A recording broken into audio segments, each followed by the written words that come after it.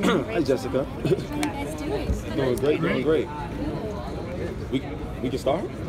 Go ahead. All right, cool. Let's get it popping. So, yo, what's up? It's your boy, Hip Hop Gamer Hot 97. We have Jessica. Is it Jessica the Gouw? The Gouw. The Gouw. All right, cool. No problem. First off, like, this is a big show. Like, this is a big show. So, you're working with everyone on the show. How has it enlightened you to the real life situations that, you know, like, we have to deal with now that you got a chance to play this role and kind of see how it really is? I mean, massively. I mean, in terms of... You go on the mic. Thank you.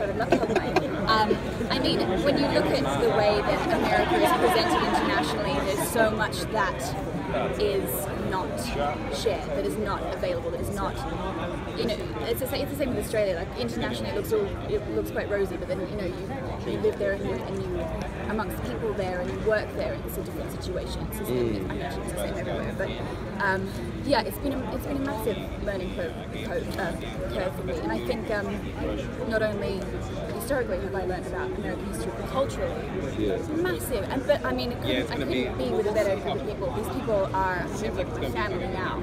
But if I have any questions, if I have anything that I want to know, if there's something that I see that I don't understand, if there's something in the script that I am not yet aware of, because I mean, obviously the parallels between the script and what's happening now are so clear. I mean, for the most part, I understand it, but if there's something I missed, then I've got these guys. And definitely. Hello. Hi, good morning. Good morning. How you doing, Alano? I'm Hip Hop Gamer with Hot 97, man. What's going on, man? Seriously, this is powerful right here. So what I want to ask you is, when it comes to leadership, has this role actually helped you develop even stronger leadership qualities in your real life, working on this role? Yes, of course. You know, I was a public speaker when I was before acting, and this has allowed me to have a bit of a stronger stance on the things that are going on in America today.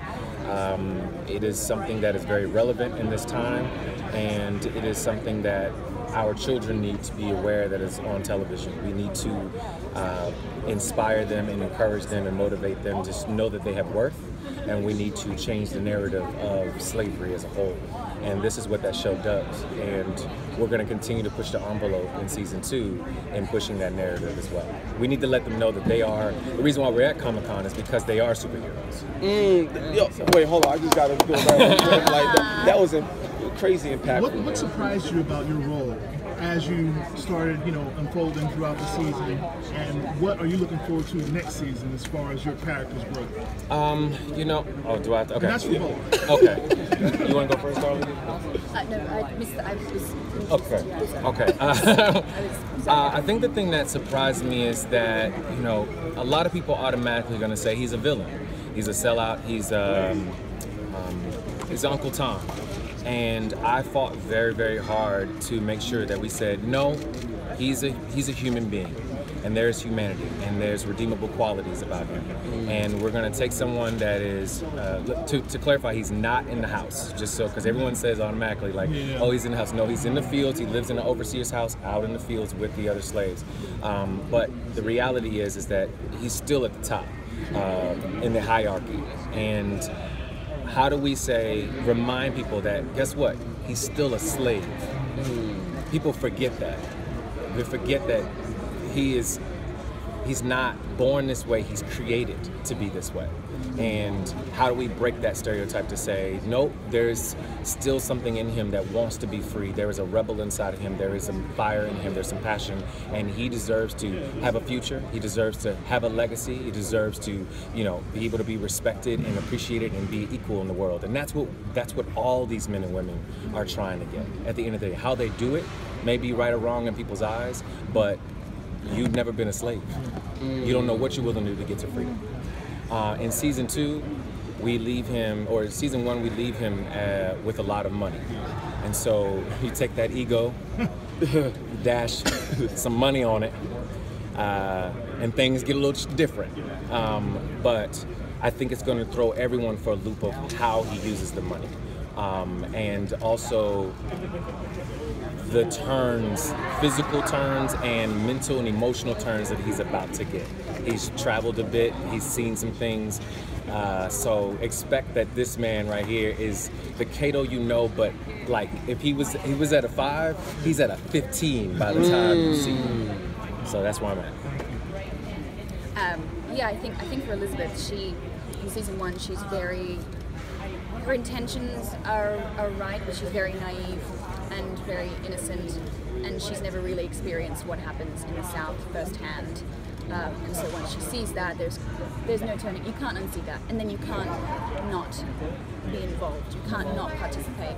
And so season 1 is kind of her. Well, it's everyone's origin story. It's her finding out who she is. And then season 2, it's a whole another level of challenges, and a lot of that is to do with being a woman then, being a woman, an independent woman, a strong woman, someone with quite, I guess, a forward-thinking sensibility and ideals.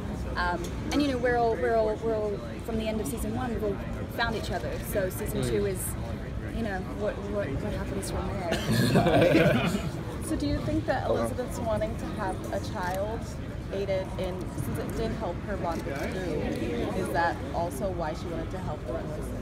Oh, absolutely. Her inability to have a child was the catalyst. So it was what really drove her on in the start. And obviously there's that longing consistently through it, but the cause has become her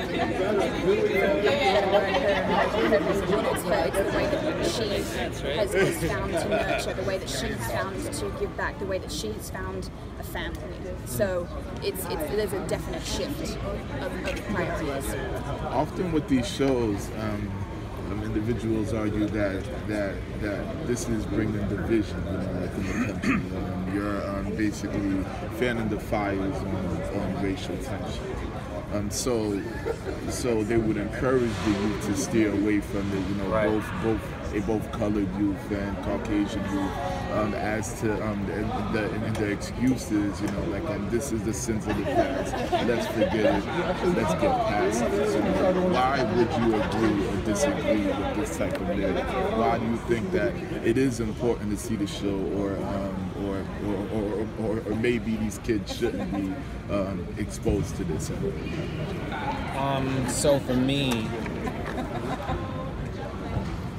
look, we always talk about the fact that the Underground Railroad has gone from a page to a paragraph to a sentence to nothing.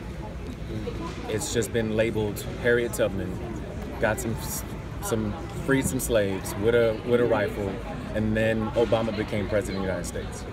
And that's just not okay. We need to reignite education in our young people so that they can start to dive in and find out who they are. We talk about all the violence that's going on right now, and it is, how do you encourage them to know their worth if they don't see their worth? They can't go back and find their worth and say, this is the DNA that I've been cut from. You know what I mean? And so for me,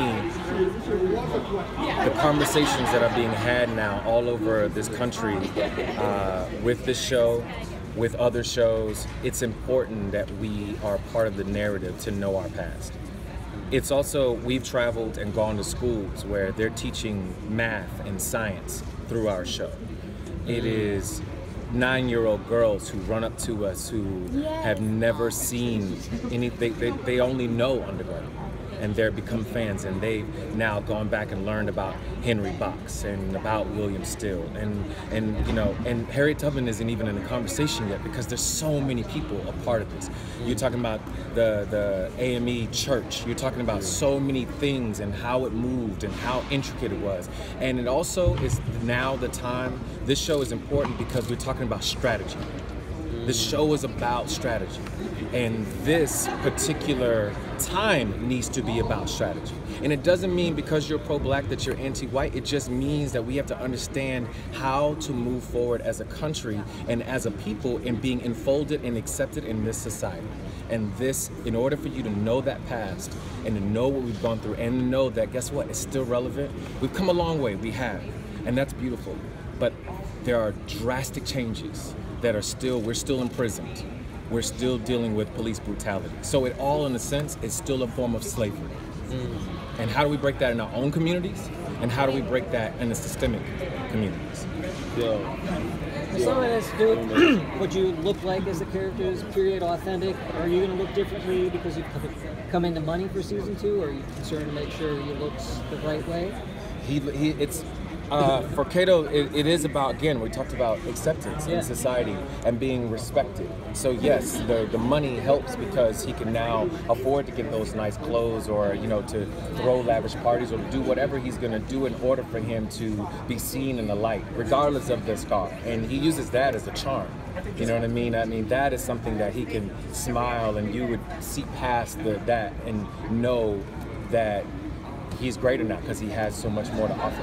If you guys want to watch the show on a phone or big TV, what's the best way for the audience to check it out? Big TV, big, with the biggest speakers you can find, because the music is going to be crazy this year.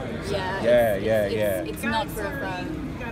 Okay. Thank y'all so much. Thank you. I appreciate it, man. Thank y'all, guys. What else can I say?